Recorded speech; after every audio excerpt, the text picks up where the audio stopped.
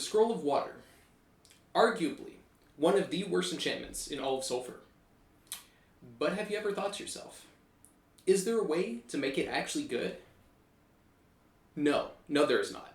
But I have made a gun that uses this, that at least somewhat redeems it. I call it the Water Hose, and it's actually pretty usable. Let me show you. Alright, so here we are at St. Lucia. I think that any Sulfur gun build that is worth its weight should be able to kill this boss pretty handily. Now let's see how this Water Hose fares against St. Lucia.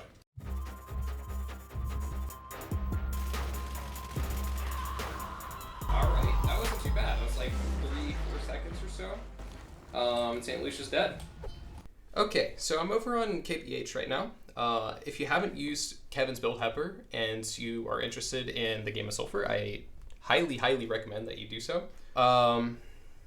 Anyways, so this is my build called the Bullet Hose, and we have basically min-maxed Scroll of Water as best as we could here.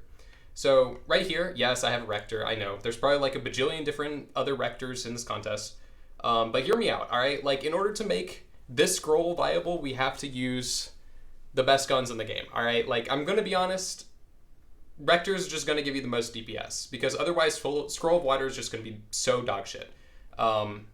And obviously, you know, with Rector, I mean, stationary oil, like, come on, you just like, they're like made for each other, you know, like they're lovers, all right? And then you combine that with the 6-inch barrel extension.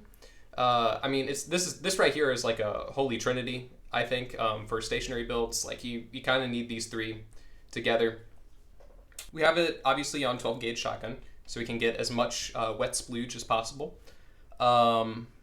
Here we have seeded oil, because if you're not moving anyways, give yourself some more damage. Glass cannon for more damage, and soap punch obviously also for more damage. Actually, you know what? This is wrong. I don't have glass cannon on the other build. I actually have heavy oil. And glass cannon is still good, but you're probably like, Nia, all right, Tizai, why would you choose heavy oil? But the bullet drop is so bad. Why would you do that? Now, the thing is, because the extra damage is totally worth the bullet drop, and the bullet drop is not even that noticeable. Like, even if you're shooting enemies from such a far distance, I still think heavy oil is better than glass cannon. And I'll show you that in a second, like the arc, and I'll explain that later. But I really think heavy oil is very useful here. Now, the start of the show, like seeded oil, if you look at the damage difference, that's 200. So you do need some plus damage oils combined with the plus molts oils, because the minus 99% is really offsetting a lot. Now, I'm not exactly sure how the damage calculations work, but this is kind of the best combination I could find. Put whatever scope or whatever on it. I put compacts because I think it's probably, like, it gives you enough crit damage while also not being too zoomed in so that you actually know what you're hitting. I should also mention why some things are the way they are. Like, let's see, 12 gauge. The reason why we choose 12 gauge and not like 50 BMG is because 12 gauge gives us more projectiles, gives us more damage. But then you're probably like, oh, okay, if we want more projectiles, why don't we use more projectile oils? Like, let's say, I don't know, Black Friday oil, or like tandem oil or something. Well, the reason is your damage, actually damage there is not bad, but it still goes down. Like, you're not getting as much damage if you add more projectiles. If you want to make them more wet, that's understandable. I get it. But you're really kind of just doing your job more. You just have more projectiles, that's it. One of the reasons why we have the 6-inch barrel extension on is because of the bullet speed as well. Because bullet speed does actually affect the drop distance here, as you'll see. Also, the damage right here, this is pretty critical to know. So in Sulfur, there's like a lot of damage thresholds that are really good to hit. So one of them is like 400 damage, and this clears that easily. You can one-shot like most enemies in the game with 400 damage or so. And this one clears it with 530, so you have some wiggle room if your shots miss because it's a shotgun. But I mean, on top of that, you also have insane rate of fire, so I mean, there's the follow-up shot, right? So if that doesn't kill it, like the 500 damage, your next one will, for sure. The Rector just out-damages, like, all assault rifles on this, too. So, like, even with, like, if you have assault rifle with dog tags, this is still better. like especially for stationary builds with stationary oil. So all right, back to Sulfur now.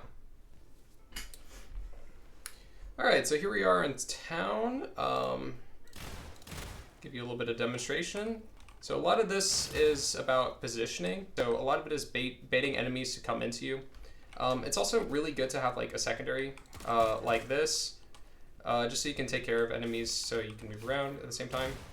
But like usually you'll want to make sure that enemies know where you're at. You sit back and then you wait for them to come. This guy is not for some reason. Or you can just zoom past because you have Asriel. And then just wait for these guys. And as you can see, like I can still take care of stuff okay. Like, hold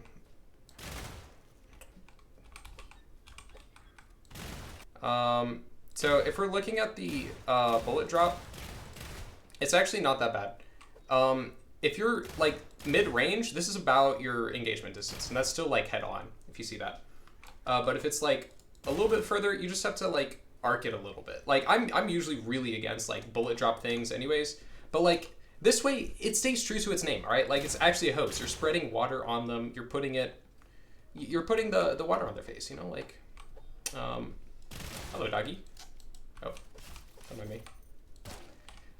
That's the other thing. Make sure you're reloaded. You can also animation cancel like that. So if you need to move immediately, so once the mag goes directly in there, you don't have to spend the rest of the animation. So it's another good thing about the Rector. Like it might say the animation's long, but you can animation cancel, which is pretty nice. Notice how I'm swinging my sword, so I can get a little bit of extra movement, and then I'll let go, and then they'll keep me stopped, and I'm ready to shoot. So here, I let go. That being said, when would you like legitimately use this gun? And there is actually one use case that I've seen. Now, I don't have a lightning build to show it, but so like here, I have a scroll of water, right? So it doesn't say it on here, but water, if you make enemies wet, it actually makes them take 3 times the amount of lightning damage. So if you have a lightning gun, this can actually pair really well with it, and you can do some insane damage. That being said, I don't have a lightning gun right now. I just have this. I was doing it for someone else. I'd probably recommend something like a pistol or an SMG, something with more mobility. Hell, even a Knop or a Nop or whatever, that actually has the highest mobility out of any gun that is not a revolver or pistol. Fun facts. So it could do that if you want to make an electric Knop or something. I am just yapping at this point. What am I saying? This gun is obviously, it's not bad. It's not a bad gun. It's not a great gun. It's not a bad gun though. It's a usable gun. I think if you're playing like through the whole game, it does fall off a little bit in forest when you're fighting the crow people. It can still kill them, but you just have to use some like advanced strategies, like I don't know, like only shooting them while they're jumping, or you know, like making sure you gun them down right as they're leaping at you. You know, stuff like that. And then it falls off later, and I would of course not use this gun at all for Endless. I have a different build that is kind of similar to this that I have tried to build for Endless, that is like a stationary build, but like, yeah, stationary builds, not too good for Endless. Now initially, when I was making a gun for this challenge, I was thinking, oh man, I want to have the most DPS possible. And so I created this thing, roll clip. All right, so now we're at the final boss of the game, the Witch.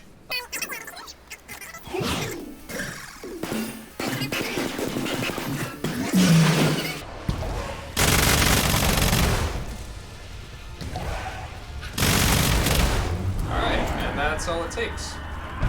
Yeah, it's pretty strong, right? Anyways, I decided, you know what? It shoots like a bullet hose, you know, so then I was like, oh, but what if I did water? So that's how I came up with this idea. Anyways, that basically concludes the rest of this video. I want to give a shout out to Homie Dot for playing this challenge on. If you don't know, somehow you see this video without the... Oh. Okay. Without the context, this is a submission for a contest. It's a gun build battle. And yeah, thanks for putting it on. I got to talk to some cool people about it, and it's been really fun just trying to design stuff. I'm really curious to see what everyone else has. I want to make a shout out to Vern for making Kevin's build helper. That shit is so cool, man. That's awesome. So props to you. Shout out to Sulfur for literally making like dream game of mine. I know some of the devs are watching, so thank you so much. I've legit thought about like, oh, what if it was an extraction shooter with really goofy guns and a really goofy style? But you guys added cooking to all of it as well. It's like, damn, this shit slaps. This is such a good game. So thank you so much for that. I love Sulfur. I hope to make some more videos of Sulfur too. I don't know if I'll actually follow through with it, but like, yeah, I guess making this video for the challenge has kind of inspired me a little bit. So yeah, we'll see about it. Anyways, thank you. Bye.